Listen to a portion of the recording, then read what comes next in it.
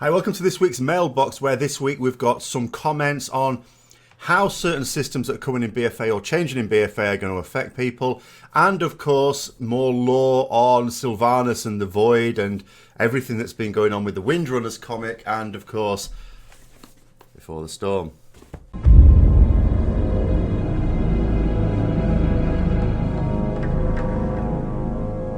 So the first thing to note would be the location of a certain mailbox, and there's a number of people who thought they got it, but unfortunately you were not correct. There was only, as has been the case for the last few weeks, only one person that got it. It was indeed Karanos in Dunmorrow. So well done there. Now on to this week's. So what you have to do for this for your first time is sort of say where the mailbox is. I want the zone and I want the specific place it is. So that's this week's. So another little thing, bit of a competition going to be run, because I had an idea for a little contest leading up to the launch of the pre-patch at least, and then I thought, well, it might be quite nice to just give something away with it, and it should be quite straightforward to do this. So it's going to be amount of your choice from the WoW store. And I should be able to do this for both EU and NA, but there'll be more details later because there'll be a number of conditions and I'll have to explain a few things, and I don't want to get bogged down at the start of the video.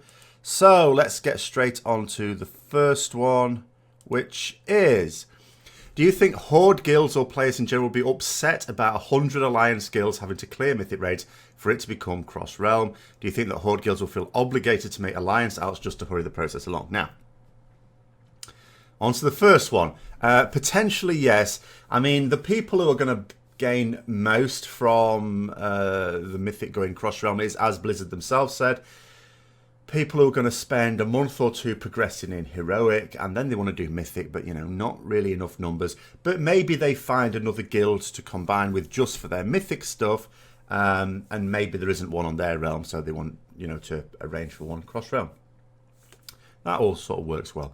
You can also trial people if it's cross-realm as well, you know, for a couple of weeks. So it's like, you know, because it's expensive to move across, so you can say, well, if you look at the same faction, raid with us a couple of times, and then see if you actually want to make the transfer. You know, that could work there as well.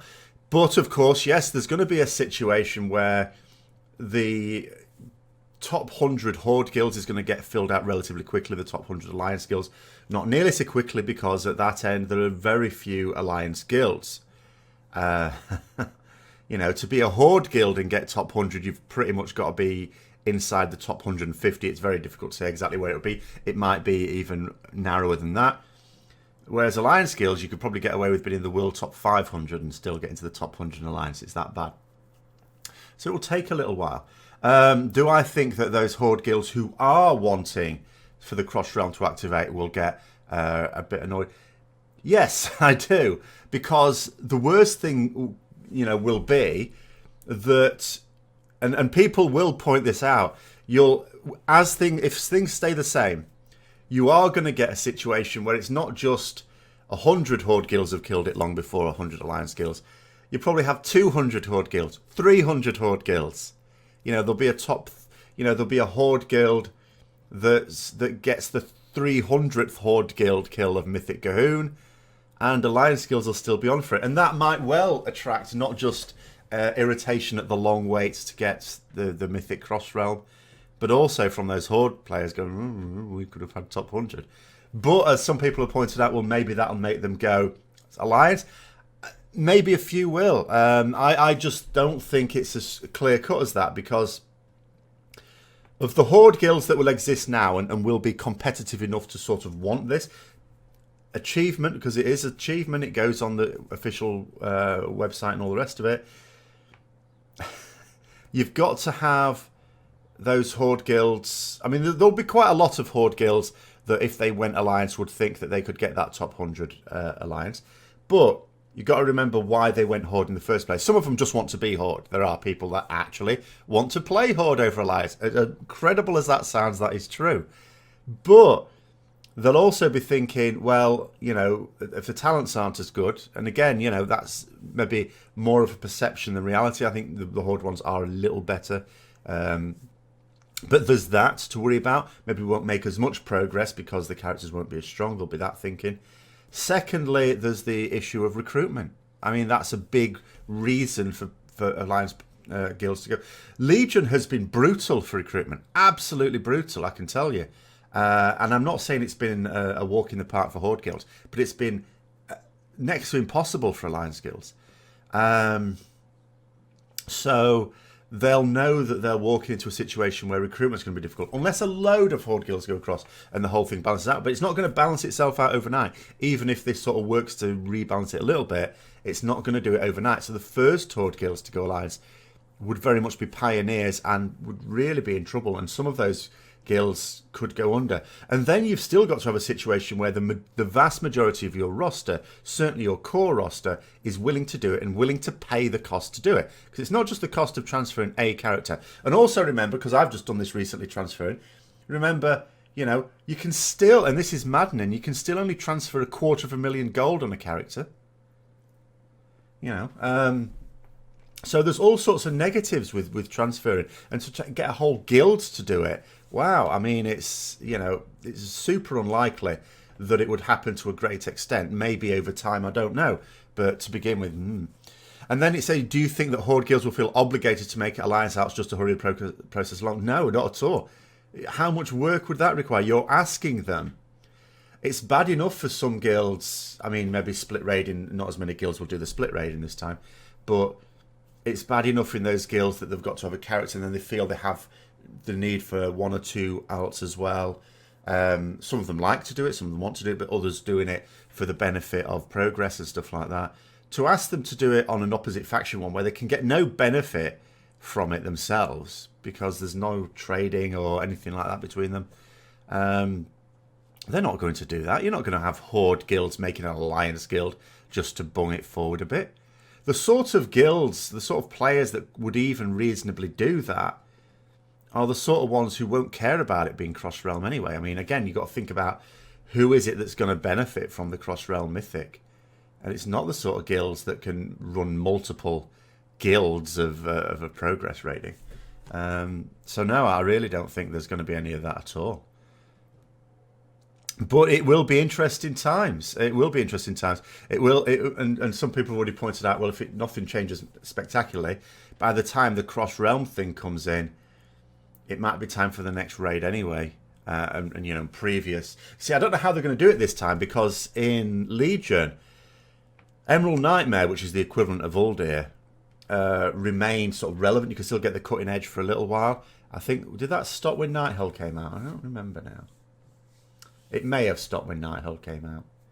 And if the same thing happens with Uldir and the Ashara raid, then yeah, it could be a situation where it goes cross-realm just before it would have done anyway, because previous, as soon as the cutting edge isn't available, it goes cross-realm anyway.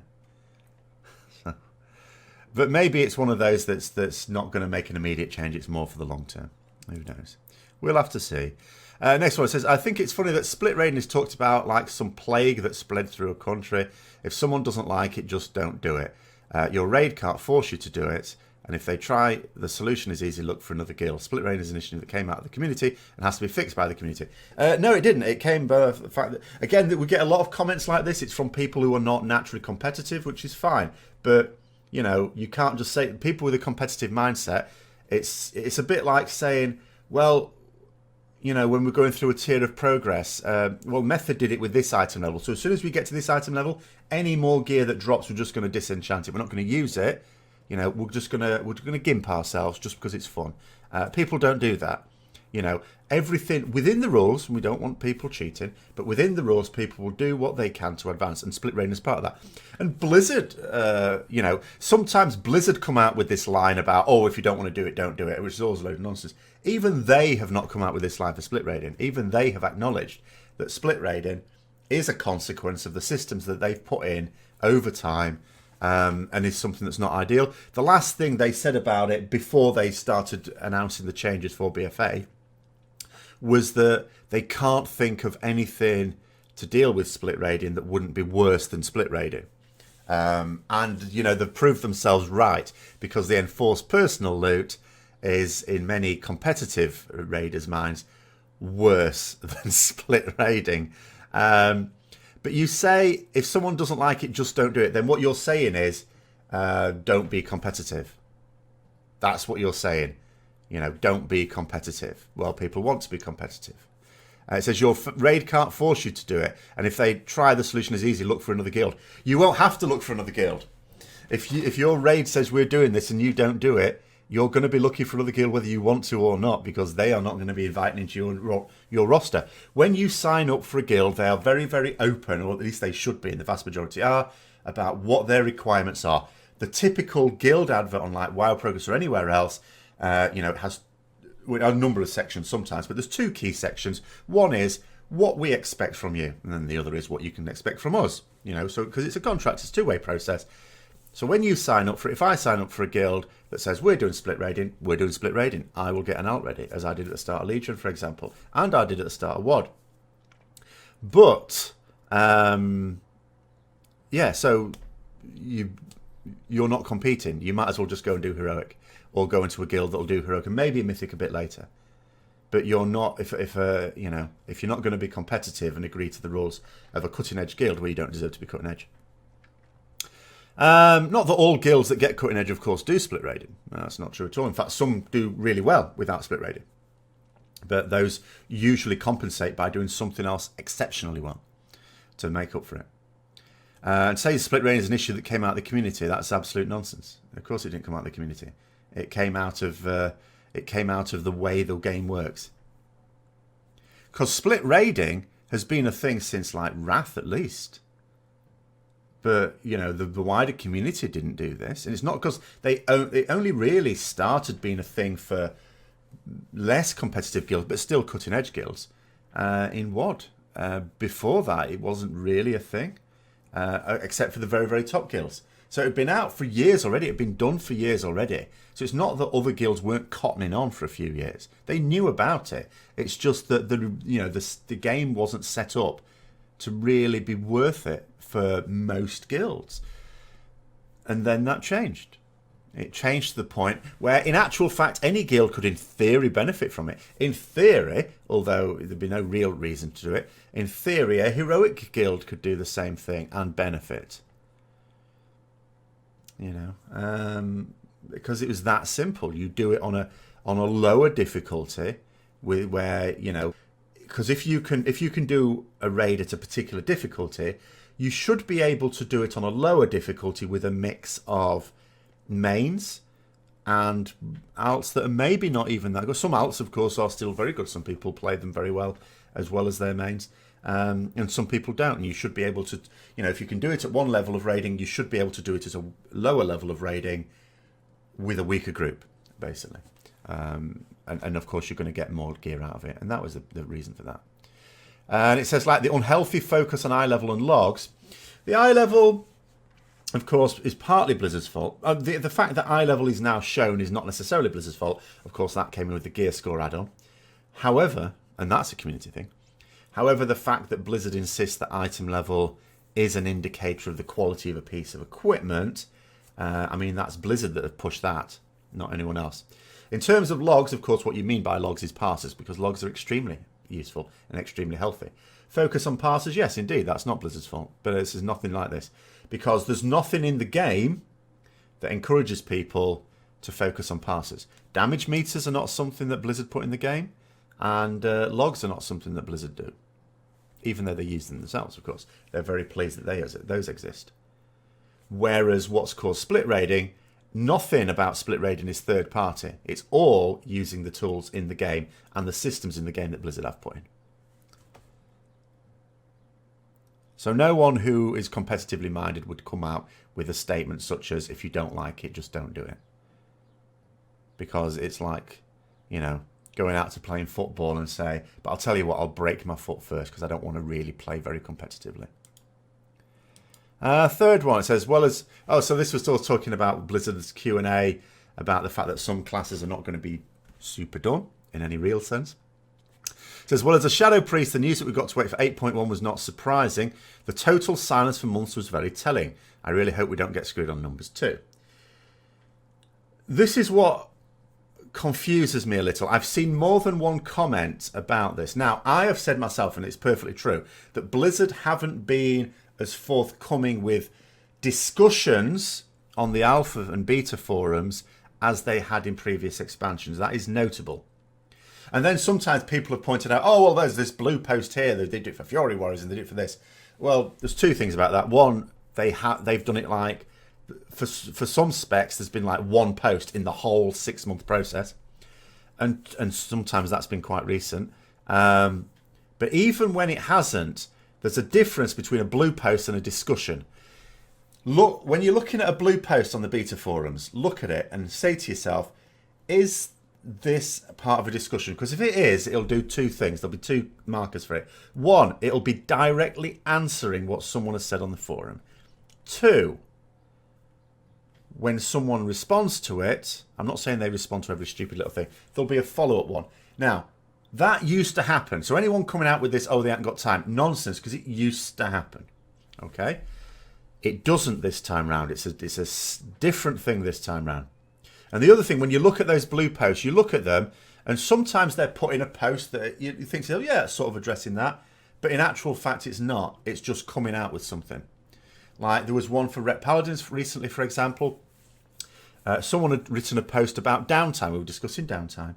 And then a Blue R developer, Cephas, who's a very good one, by the way, put in a statement about some things that are upcoming in the next beta build that would address it. So it was sort of linked to it. It wasn't just completely out of blue. But at the same time, it was just a statement. He could have started his own thread with that statement. And the other thing is, it wasn't part of a discussion because there was no follow-up. And we were going to find out in a few days anyway. So it didn't even really add any information. We already knew about it. And those who didn't know about it were going to find out in like 3 days from then anyway. But what does happen, even though they're not talking on the forums to the wider audience, which is a big problem, because I have, like, again, coming from Ret Paladin point of view, I'm sure other people, other classes and specs have noticed the same thing. There's a lot of recurring nonsense being spouted. For example, for Rets, there's an awful lot of people going, oh, Consecration is too weak, when it's actually the strongest talent in the row. I mean, that's the stupidity that's going. You've got people who think that the strongest talent on the entire row is actually not just slightly weaker, but the weakest of all. And that's pervading. It's going on all the time. All it would take was for a class designer to, come on and say, this isn't true. And say, where's your evidence for this? Because all our data and all the data of your own theory crafters is saying otherwise. And it would shut them up immediately. Because as soon as a blue says something, people pay attention. So then it can't persist. It cuts it dead. So you can, and then you can have more fruitful discussions where people are discussing things that are actually true. So again, it's really bad. But nonetheless, behind the scenes, they are talking, as they always have. There are some people in the community for each spec that do get to talk to those designers, out of the public view, so to speak. And one thing that baffles me is when you get some statements like this, where that suggests that's not happening. When you say total silence for months, on the forums, sure, but there shouldn't be total silence behind the scenes. And I wonder to myself why the senior theory crafters for these specs have not been discussing things with the designers. And if they have been discussing things with the designers, why they haven't then been carrying on that discussion with the wider community.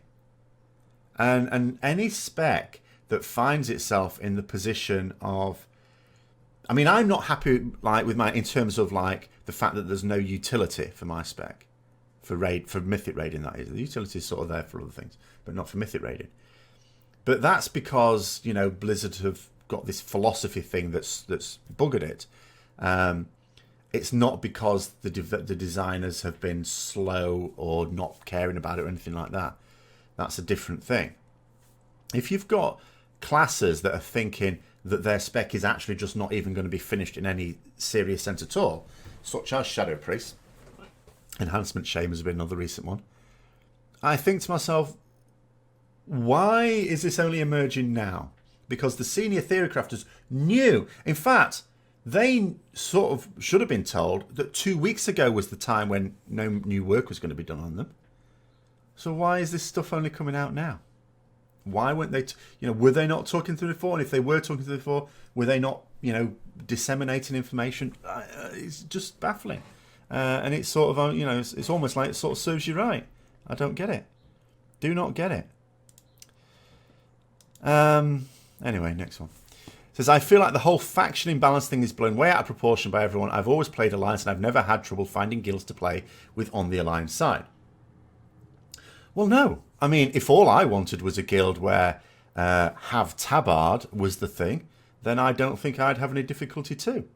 But for example, for someone who wants to do Mythic Raiding, and specifically, I mean, I did Mythic Raiding in Legion, but it was just too frustrating. It was too busy, because the reason I've had to change again is because I've just decided I cannot go through a situation where I'm progressing right the way up to the next tier. Then you're starting again. You're constantly progressing. It's a lot of work and time and effort. It's incredible for people who don't do Mythic Raiding progress.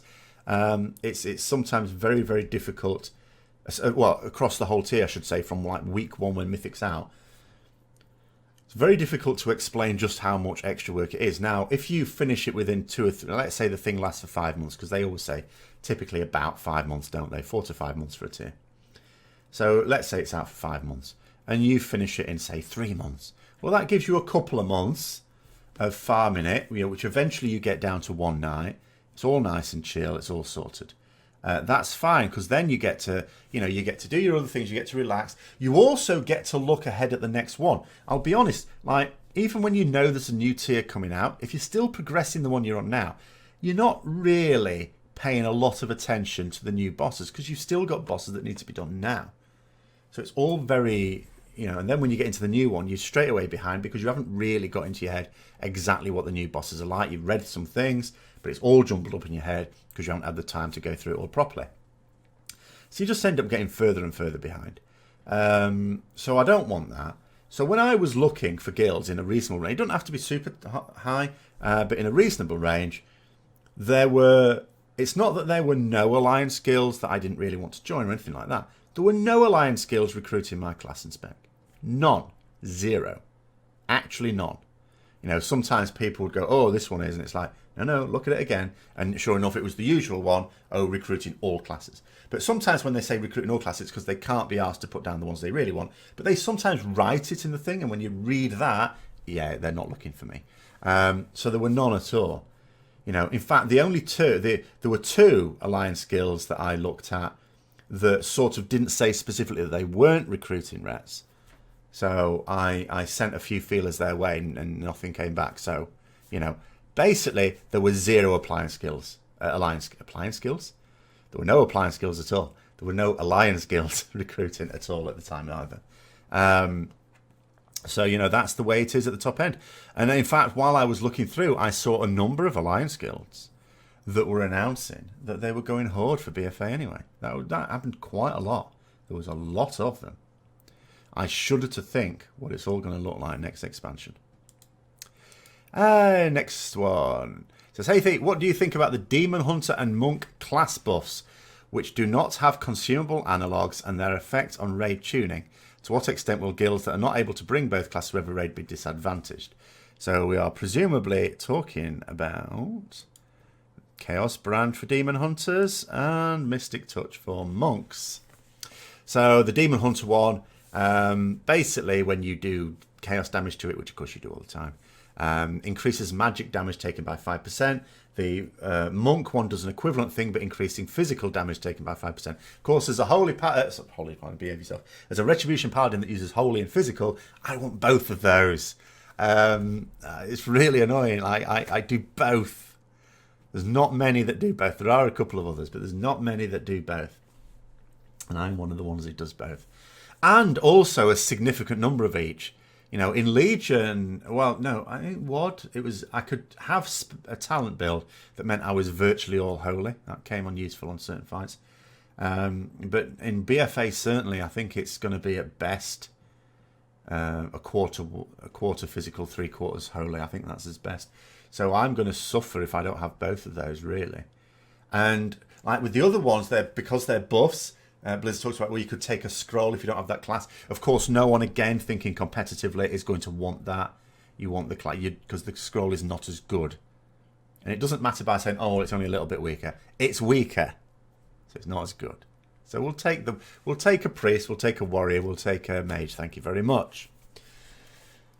You would generally want all those anyway. But with these ones, yeah, you can't have a scroll, can you?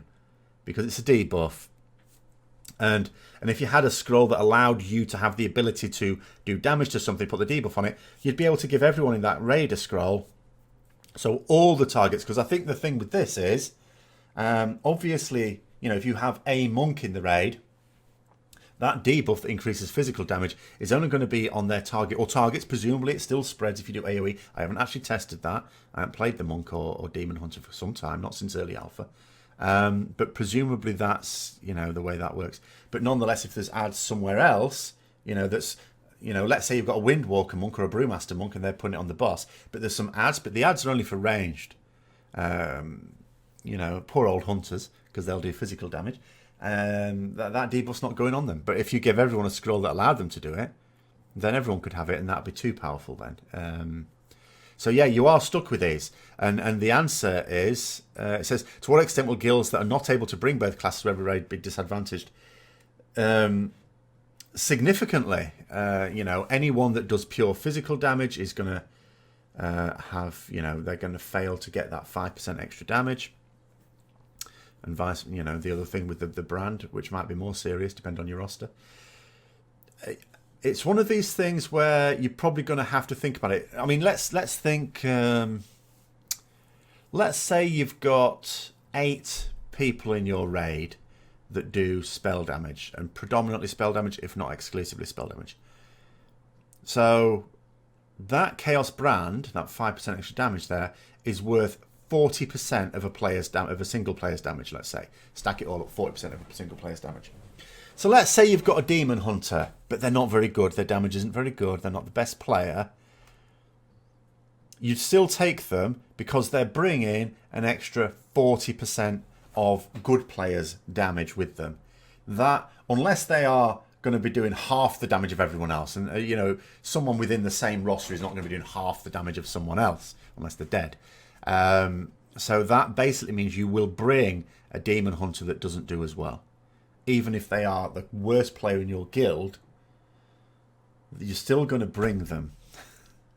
Because 40% of a player, you know, no better player is going to be doing 40% more than a poor player in your roster. Otherwise, your roster's all over the place. But for a Mythic guild, a cutting-edge guild, let's say, certainly, where the min-maxing is more important, you know, the variance in your roster, there's always a variance. There's always better players and there's always less good players.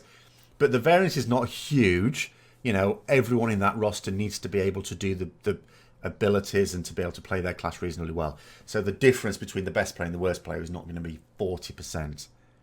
So you will just take a poor quality demon hunter and you will just take a poor quality monk if you don't naturally have them in your roster. Of course, the 40%, remember, that's just me basing it on the idea of the equivalent of 8 players doing full spell damage. Obviously, some mixtures between the two, but those are the sort of calculations that guilds would carry out, and in all likelihood just come to the conclusion that you need both. On to the next one. Is it this one? It is this one. So, I don't think the Void wants everything dead. If that was their goal, they'd only have to sit back and let Sargeras do his thing. I would also say Sylvanas does want the death of all things, or at least the undeath and servitude of all things. Well, that's a given. She attacked Gilneas, planned on attacking Stormwind, and she will unleash the plague during the battle for Lordran. None of those things are spoilers, because this is out now, which means it's current. She doesn't appear to have any particular issue with killing her old soldiers either. No, indeed. In the comics, she says that her sisters will serve her in death, but of course she could be lying. Remember, there was motivation for her to lie there. But nonetheless, eventually she would, of course, like her sisters to be undead. I imagine she has, although whether she actually wants them to serve her is another matter. I imagine she has similar goals for the rest of the living. Of course, indeed. That's undoubted. That's been a given for ages. It says, the question I have is, can the void corrupt death? Now, so we have to go through the usual things again. There was actually a comment. I don't think I've written it up here. And again, it baffles me. The old Warcraft Chronicles. Now, yes, okay, there's certain aspects to these. This is where Blizzard said, this is set in stone. This is the way it is now. Everything written in the Warcraft Chronicles is set in stone. This is because, they recognise that they've changed things over the time. However, where something isn't directly contradicted by later official law, we take the Warcraft Chronicles. Now, first things first, and it's not related to this comment, but someone else wrote something. I just didn't want to embarrass them by putting it up here and going, oh, because I'd said already that it contains, what the void is in the Warcraft Chronicles. Oh, and it's interchangeable between Shadow and the void. And they said, I can't find anywhere where it says they're the same thing. To which we only have to go to the first page of the Warcraft Chronicles. Not only does it have a lovely map, where at the bottom it says Shadow, in brackets, void, but in case people are still going to be persistent on that, the first place where it writes anything, the very first thing it writes, second line of that little paragraph, it says, pure light and shadow dwell in a realm outside the borders of reality, but shades of their presence are found in the physical universe. Light manifests as holy magic, while shadow, also referred to as the void, appears as shadow magic. They're the same thing. And indeed, it also goes on to say, previously says, that that holy and shadow are the two forces in the Warcraft universe. They are the two forces. Everything else is a combination of the two of them. So the void and the light are the only two things that are purely themselves. But the physical universe, and they exist outside of the physical universe, the physical universe is composed of some combination of light and shadow. Everything in it is some combination of light and shadow. And death is one of those forces that's composed of both. Okay? But when you sort of read through it, rather more to do with the void. So it says here, death in the form of necromantic magic acts as a counterbalance to life. It is an unavoidable force that breeds despair in mortal hearts and pushes everything towards a state of entropic decay and eventual oblivion. So all this talk about, they can't corrupt Sylvanas, can't corrupt death. She already is the void for them. She's already what they want her to be. Them calling on Illyria to kill her is more about what they want. Is more about them wanting to corrupt Illyria than Sylvanas. Sylvanas doesn't even need corrupting. She's already the instrument of their destruction. Because it also does tell you, again, saying here, I don't think the void wants everything dead if that was their goal, as if we don't know what their goal is.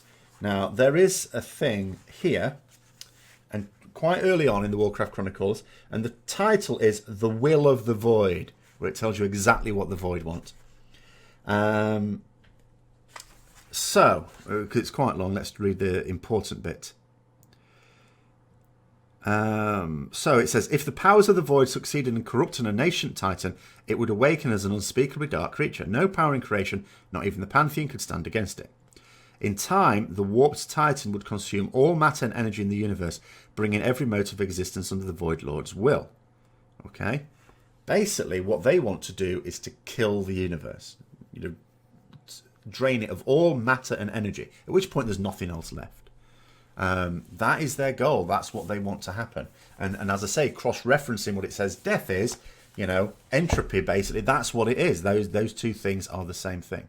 It wants to create entropy. Entropy itself is a heat death of the universe, where energy just can't transfer anymore. Bit of physics in there. So yeah, we know what the void wants. It's quite clear.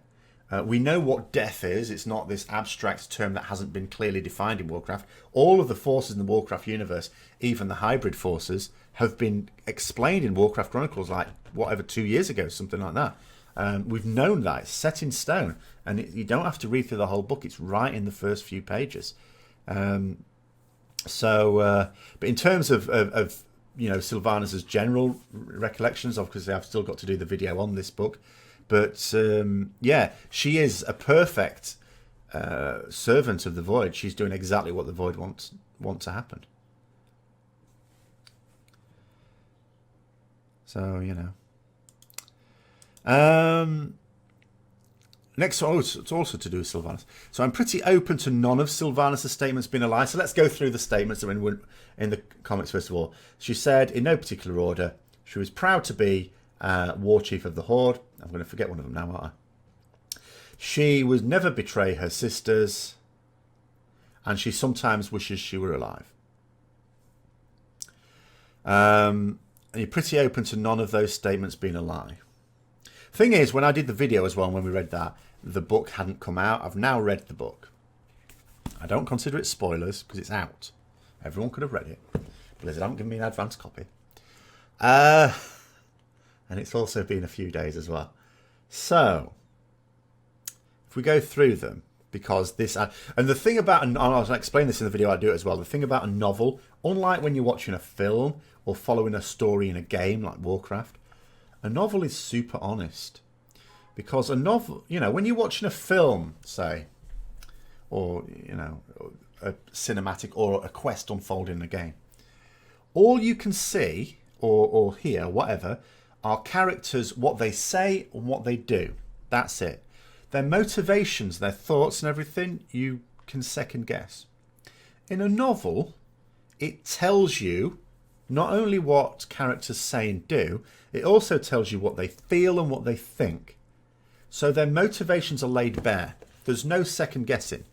When in this book it describes what Sylvanas is thinking, that's what she's thinking. When it describes what Sylvanas is intending, that's what she's intending. There's no ambiguity about it. That's one of the curses and boons of a novel. You know, it lays everything bare. So, if we go through those, to me it doesn't feel as though she would be proud of being a war chief. I think she is proud of being war chief. Not just in terms of other things that have come before, but in the book as well. She really doesn't... because I would have thought when she was called up to be war chief that she wasn't necessarily all that chuffed about it. And if someone had come along and said, you've done a fine job, but why don't you step back into the shadows, I'll take over, she probably would have gone with it. That doesn't seem to be the case now. If it ever was, it's really not the case. I think they've changed her character, put it this way, in Legion. I think I don't think it's just our perception of the character changed between WoD and Legion, or more specifically between MoP and Legion. She didn't really have a lot to do in WoD. Then I think her character has actually been changed. Whether you can argue it's been organically or not is another matter. As to the point about she wishes she was still alive sometimes, no. That's not true. That is a lie. You know, I'm now sort of wondering if maybe all of the statements are a lie. And as to her, she would never betray her sisters, that's the one out of them that is still the most likely to be true. But it may not be true. You know, but out of all of them, the only one now that I've read this book that I would see as being potentially true, if any of them are true, would be the fact of not betraying her sisters. Which she might, again, it's one of those things she might sort of, you know, justify it in her own head. That if she turns them to undeath, that's for her benefit. The statement about her making them serve her would be an obvious betrayal. Even she wouldn't be able to, you know, justify that in her own head. But again, I think that was a lie. I think what she told to those Dark Rangers was a lie.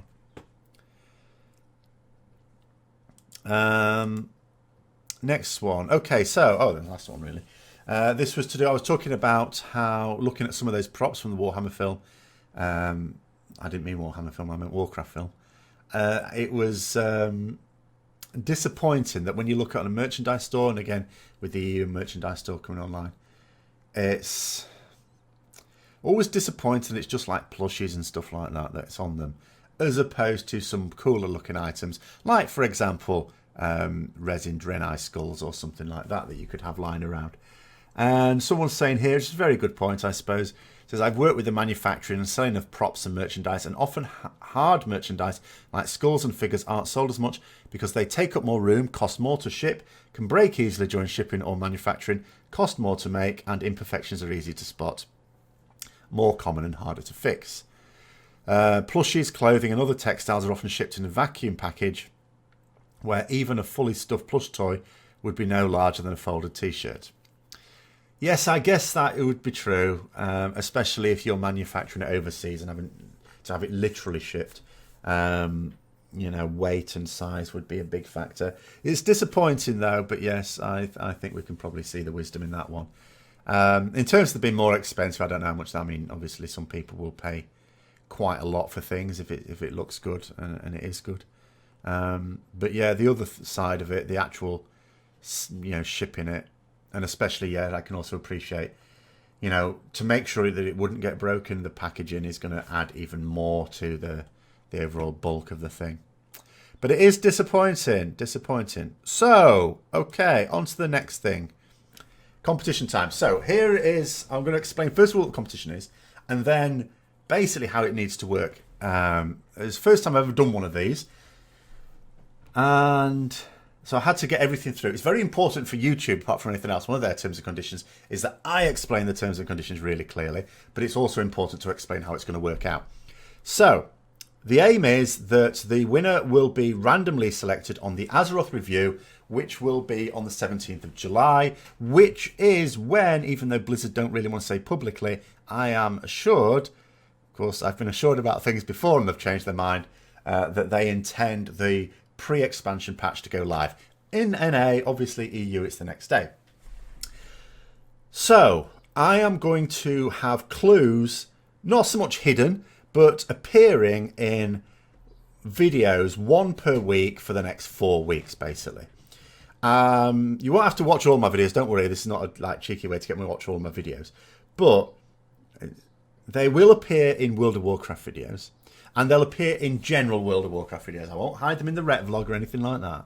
So the general, and it won't be in the Lord of the Rings ones or the Warhammer ones, it'll just be in general World of Warcraft videos, which can include the mailbox. A clue will pop up. It will be very, very obvious. It will be clearly that's got nothing to do with the video you're watching. You won't miss it. You have to watch it, obviously, rather than just listen to it, unfortunately. There'll be no audio cue. And there'll be a series of clues, one per week. And there is something linking these 4 clues, and you just have to be able to say what that thing is.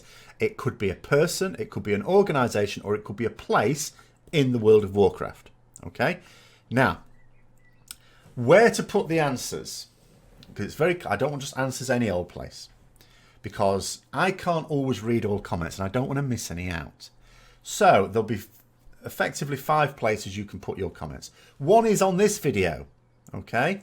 You can actually put your your answers on this video if you want to go back to it. But you don't have to. You can also put it on any of the 4 videos that include a clue. All right? But I just want to point out, because I will check all 5 at the end of it, before, on the Monday before the Azeroth review, I will check through the comments of all those. And that's the other thing to bear in mind. The entries will basically close on the 16th of July. That would be the Monday, the 16th of July. And UK time, that would be like 4 o'clock UK time in the afternoon. Because that's the time at which I'm going to do my final checks and compile the list ready for the following Tuesday. So I'm going to go through them. And, if anyone's tried to put more than one answer, then they will be disqualified. What was I saying? Yeah, so there's no real benefit in you, after a couple of clues, trying to put it in either. People that put their answers in earlier don't get any, everyone just goes on a numbered list, and it's just a random number generator system will be used live on the Azeroth review to determine who it is. Okay?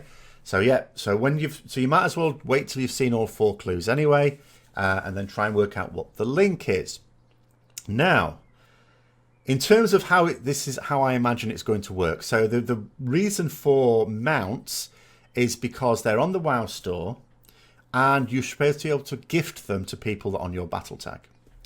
So this is how it'll be. When you put your answer in, Obviously, I'm not asking you to put your battle tag there. I'm only going to need the battle tag of the person who wins anyway. I have a character on both NA and EU. I have accounts, I should say, on both NA and EU.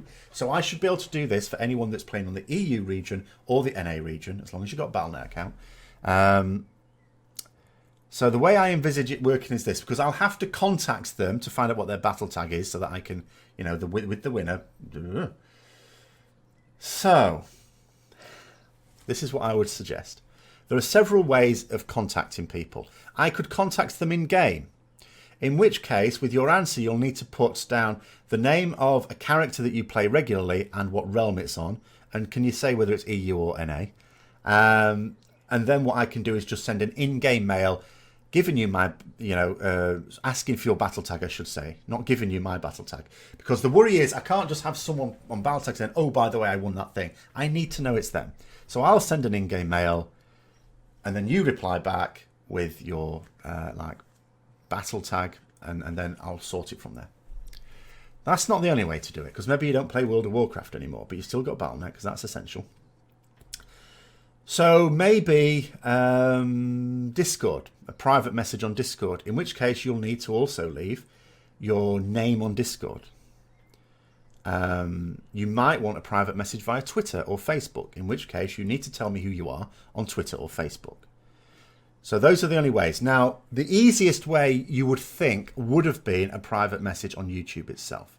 The issue is that YouTube are getting rid of it, and it sounds like it's quite imminent. So by the end of the competition, it might be gone. So those are the things there.